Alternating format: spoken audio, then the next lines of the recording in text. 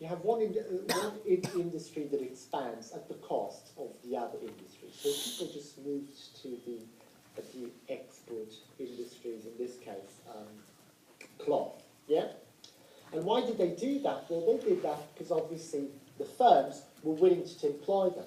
And why were they willing to employ them? Because once you open the borders to trade, your worker, it was being paid W1, but the value that this guy produces to you is up there. Yeah?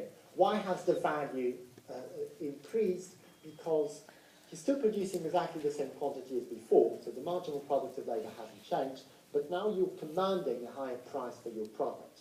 And so because the price of cloth has gone up, the value that this worker produces has gone up for you as a firm, and it does make sense to just hire more workers. And of course, you will be able to hire more workers, but in the end, you will have to pay higher wages in both industries. Yeah? So who benefits and who loses here? So remember, this factor proportions trade theory is very useful to look at the distributional impact of trade. Not everyone gains. And that's a powerful reason for why there's so much opposition to trade. Even this change from food to cloth, of course it's very abstract, it's just two goods. But you can imagine what this means is that you will need over time lots of people to shift from what they used to do, sometimes for 20 years, to something else. And of course there will be lots of resistance. Yeah? So this model illustrates that well. So in this case, who do the capital owners benefit? Clearly they do. They used to have, their return on capital used to be this triangle here. And as you can see, the triangle is now much, much greater. What about the owners of the fact of production that is used more intensively in the sector that shrinks? Intuitively they lose, and that's exactly what you get on the diagram. Their gain was equal to, their earnings were equal to the big triangle there, and now it's substantially smaller. Yeah? What about workers? Well, workers, the nominal wage does increase, but prices move in opposite directions. So the price of cloth increases, the price of food decreases. You can't really tell. Yeah? So that's why we have this summary here. So international trade changes the relative price of goods, and this causes change in factor prices. Trade benefits the factor that is specific to the export sector, so owners of capital that is used in the cloth industry. Trade hurts the factor that is specific to the import competing sectors, so landowners in our example. So the food industry has shrunk, and that reduced the returns to landowners. And of course, it shifts people from the importing competing sectors to the export sectors, and losses of jobs. And what happens to wages, we cannot say. It really depends on what people buy. If people buy a lot of food, then it will be the case that their real wages could actually fall. Like one final interpretation one final word on the interpretation of this stuff.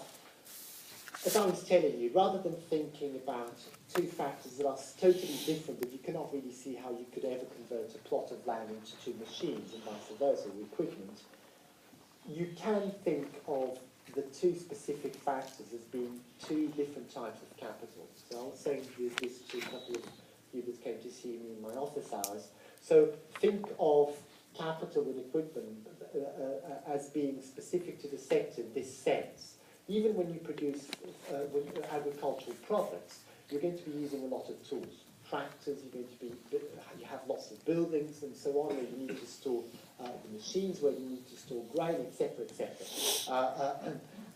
And think of the other industry as being sort of basic manufacturing. So it's still capital. It has been accumulated through savings and investments, but it's super specific, and you cannot convert the tractor into a machine, and you cannot convert the building in that farm into a factory.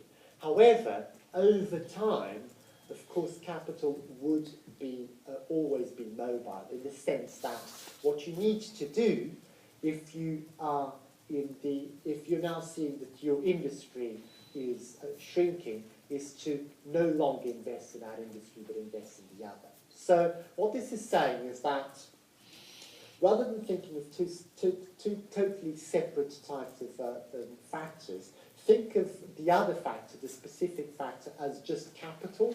And what we're saying, this model tells us, is that in the short term, but this short term could last many, many years, in the short term, these are the effects that we predict. So one factor, specific capital, will gain, the other one will lose for sure in the short term. In the long term, one would tend to go for convergence of the two factors, of the two types of returns on capital. So one would expect over time not to see big differences in the return to the two factors, because the people that have the money, the capitalists, would say, why would I ever invest in cloth if I'm only getting 5% return on my capital, whereas in food I would get 7%. So in the short term, they're stuck without capital. There's nothing they can do. But over decades, of course, they can. Yeah. So before we have a break, I'm just going to. So this is on the readings, and I think it's about. So those of you that have been in globalization and development, you should have seen this paper already.